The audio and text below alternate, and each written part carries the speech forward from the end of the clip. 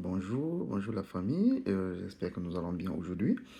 Aujourd'hui, nous allons parler, n'est-ce pas, du choc de 100% de nouveaux arrivants au Canada. On va parler, n'est-ce pas, du mensonge du rêve canadien.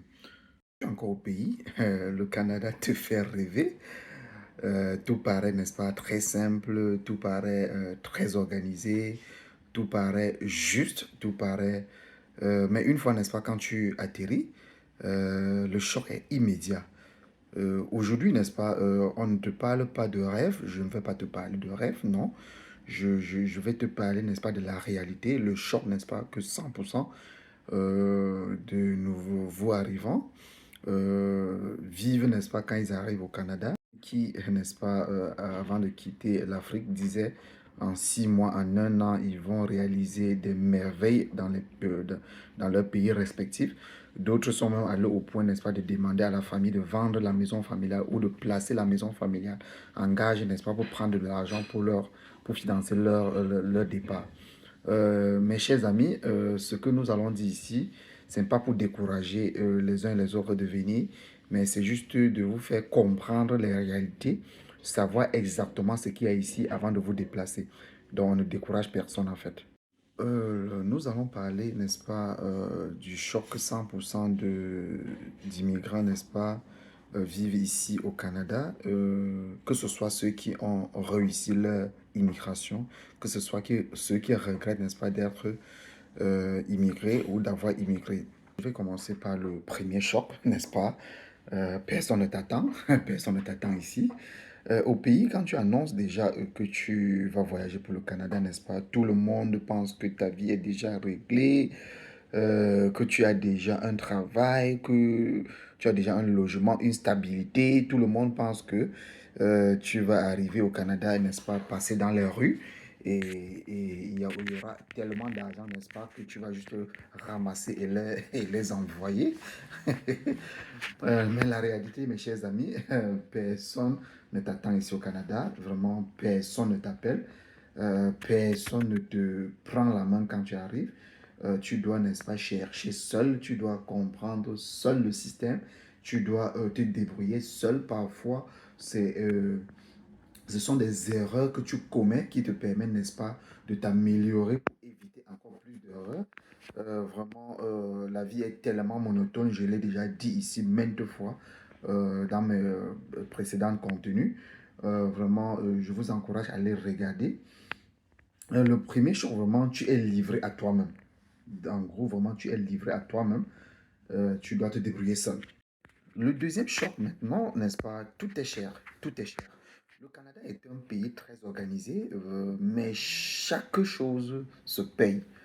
Le loyer, le transport, le téléphone, l'assurance, n'est-ce pas, la nourriture, les routes que vous utilisez, vous allez payer pour tout cela, n'est-ce pas, que ce soit en payant des impôts, ainsi de suite.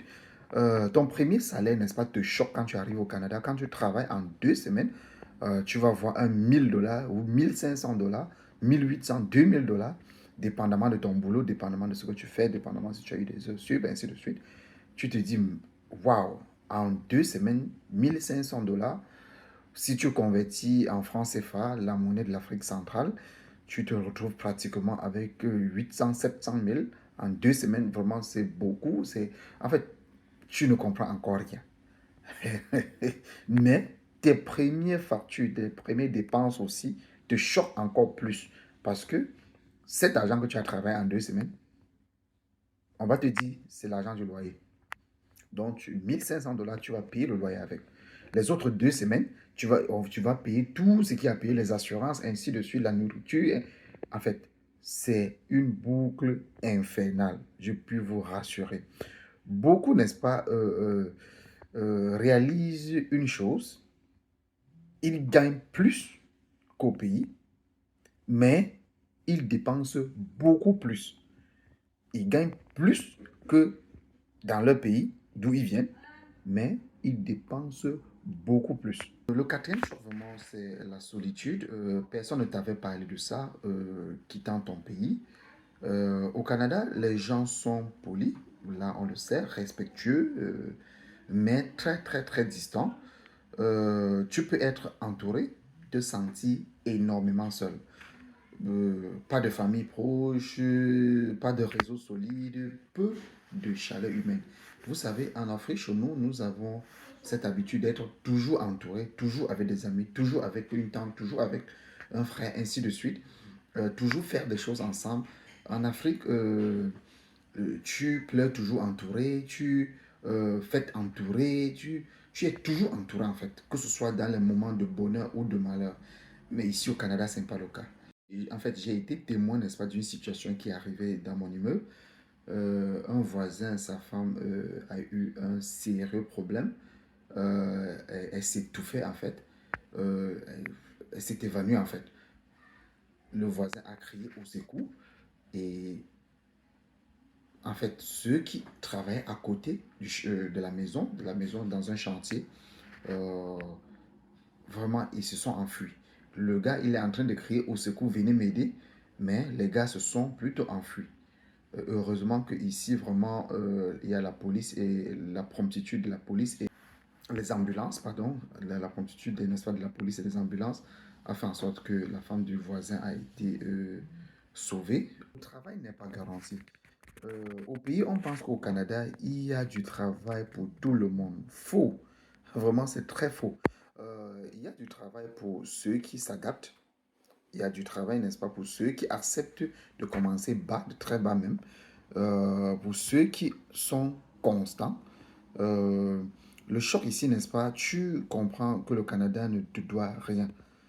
Tu dois faire assez d'efforts, tu dois faire vraiment beaucoup d'efforts pour pouvoir t'en sortir, pour pouvoir évoluer, pour pouvoir braver les échelons et investir dans ton pays. Le sixième choc, vraiment, c'est le regard des autres. Pendant que tu galères ici, au pays, on pense que tu réussis. Euh, Tu n'oses, n'est-ce pas, pas dire que c'est dur, tu n'oses pas du tout. Tu ne peux pas dire que tu doutes, n'est-ce pas, pourquoi tu es venu ici. Tu ne peux pas dire que tu souffres. Là, ils ne vont même pas croire. Tout ce qu'ils attendent, n'est-ce pas, de toi, c'est que tu puisses, n'est-ce pas, travailler, faire deux, trois jobs pour pouvoir leur envoyer de l'argent, pour pouvoir les aider. C'est tout ce qu'ils attendent de toi. Vous allez constater pour jamais, jamais, tu ne vas leur dire que tu es malade et le lendemain, ils te rappellent pour te demander comment tu vas. Est-ce que ça s'est amélioré? Pour qu'ils te suivent constamment, comme quand tu étais en Afrique, ils suivaient ton évolution. Est-ce que ça va bien, ainsi de suite. Quand tu es en bain, on sait que tu n'as pas le droit de tomber malade. C'est toi le capital de la famille. Tu dois euh, euh, tout faire, n'est-ce pas, pour trouver de l'argent pour la famille. Vous savez, en ce moment, tu es obligé, n'est-ce pas, de porter un masque. Toujours jouer, n'est-ce pas, le jeu pour dire ça va, tout va bien. Dernièrement, il y a un étudiant qui est mort, qui s'est donné la mort du côté de, je crois, c'est Ontario. Vous voyez, ce sont des histoires comme ça. Il était déjà à bout. Il n'arrivait plus à supporter ce Canada. Il n'arrivait plus. Il était vraiment débordé. Et finalement, il s'est donné la mort. Là, la famille a tout perdu.